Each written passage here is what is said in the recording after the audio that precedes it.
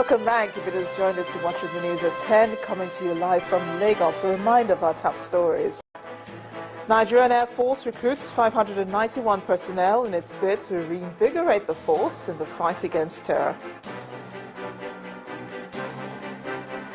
Ogun State government spends 1 week dredging its river in Kara community, warns residents against dropping waste into the river.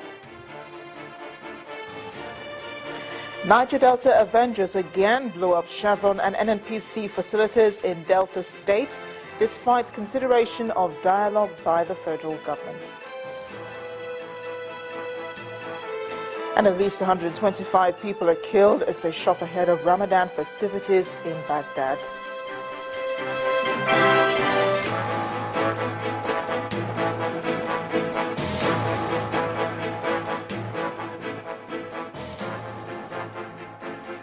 Just a reminder here about all our top stories you can find on our websites, channelstv.com and on youtube.com/channelsweb. Do visit m.channelstv.com to view us live on your mobile device. You can also download the Channels TV app for Android, iOS and Windows phones from their respective stores. We also encourage you to please interact with the Channels Eyewitness feature on the Channels TV app. If you have pictures or videos you'd like to share with us, tap the application on your device, swipe to reveal the Eyewitness menu, and follow the instructions. So here are a few pictures of you sent into our Eyewitness portal. Let's begin with this one from Calabar Itu Road in Rivers State. We're seeing the picture of a road accident involving a saloon car and a truck. Eyewitness report advises motorists to adhere to traffic regulations and be more careful on the roads. Our next photo comes from Abeokuta, the Ogun State capital. We see a fallen truck. Eyewitness reporter calls on truck drivers not to exceed specified speed limits. Now, this photo shows the impact of erosion on this road in Imo State. Eyewitness reporter wants the government to fix it. Next is a picture of another impact of erosion on a road in Ikom community of Cross River State. Eyewitness reporter calls on relevant authorities to stop the spread. Our journey ends in Apo area of Abuja, where we see herdsmen and their cattle moving along this road. Our Eyewitness reporter says traffic regulators must stop this growing trend. The governorship candidate of the All Progressive Grand Alliance in Edo State, Osaro Onaiwo, says his decision to run on the platform of the party is drawn from the exemplary leadership style of Governor Willie Obiano of Anambra State. Mr. Onaiwo was speaking during his official visit to Obiano to seek support of the government and the people of the state as he contests ahead of the Edo polls. The Edo State All Progressive Grand Alliance governorship candidate and his wife arriving at the Anambra State Governor's Lodge. His mission, to officially seek the support of the governor and people of the only APGA-controlled state in his quest to govern his own state under the party's platform.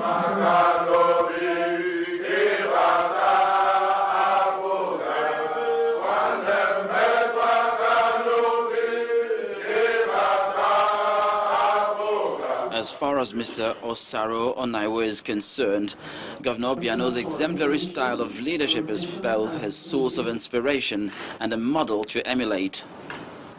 We are succeeding today because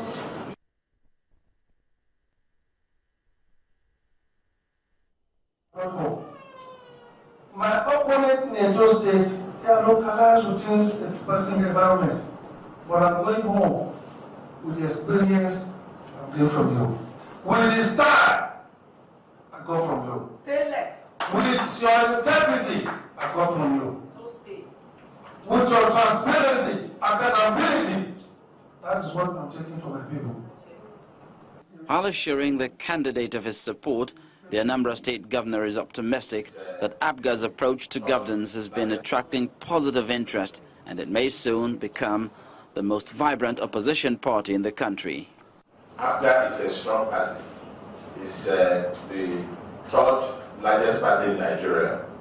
And I want to reassure you that in less than 6 months, it's going to be the second largest party in Nigeria. The APGA model of governance has been tested and tried, and it's a very successful model.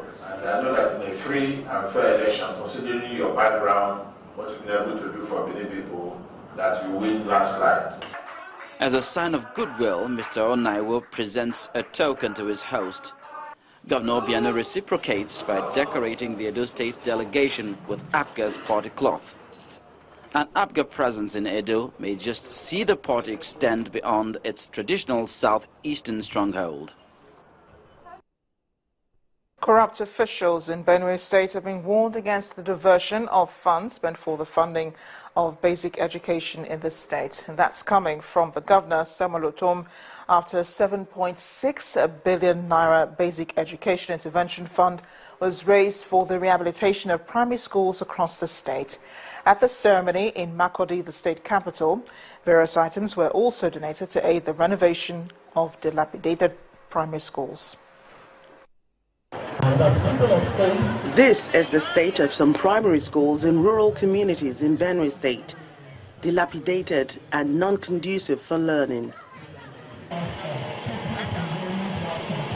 This condition has given the state government great concern.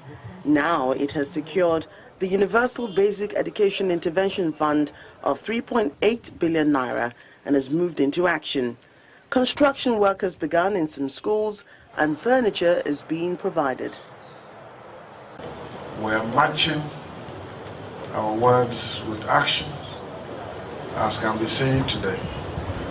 The renovation or rehabilitation and the erection of new primary school buildings across the state is a testimony to that. The provision of debts is also a testimony to that. And to ensure that we monitor whatever is happening at our local government primary school. While pledging to supervise the school rehabilitation project, the executive chairman of SUBEB is also asking the government to begin the process of securing the over 1 billion naira UBEC 2016 grant. In a similar vein, we have also decided to procure 21,384 plastic chairs and tables, which in terms of durability will last longer than the traditional wooden desk. This act is a complete departure from the old practice where projects were not properly monitored, owing to lack of vehicles, which resulted to abandonment of projects. Governor Samuel Otom has a serious warning for contractors and project managers who fail to meet their own part of the deal as a result of corruption. These equipment should be used strictly for the purpose they were acquired for. That is the supervision and monitoring of various projects in the 23 local governments. What we are witnessing here today will have no excuse. And I'm sure that in the contract for the work, there is timeline. And we expect that contractors will live up to their obligation, because for us, the funding will not be a problem because it's already in a dedicated account. And so there is no question of go and come. With a renewed drive to improve learning and teaching, the Benue State government is asking parents whose wards are out of school to make government's investments count by sending them back. Nasarawa State Governor Tanko Almakura has called on the State Executive, Legislative and Security Council to work together for the development of the state, especially in the face of current daunting economic challenges. Mr. Almakura made the call during a dinner organized to commemorate the last 10 days of Ramadan with the state's political office holders and service chiefs. He is optimistic that his policies and programs will be achieved if they cooperate. Let's put hands together. There couldn't be a better time for us to chart a course for the development of this state. your quick response to my invitation, not only this, but to the challenges that are facing the state, has proved to me that we have got the right caliber of people to legislate on the activities of this state. And we have great hopes and optimism that given your mindset, given your comportment, given your sense of maturity and patriotism, the people of Nasarawa State are yet to have a good time. What we are seeing is just the beginning, and the better times are yet to come. Despite expression of interest by some Chinese companies to invest in Nigeria's oil sector, the Minister of State for Petroleum, Dr. Ibe Kachukwu, believes a lot of work needs to be done to ensure that the agreements signed become reality.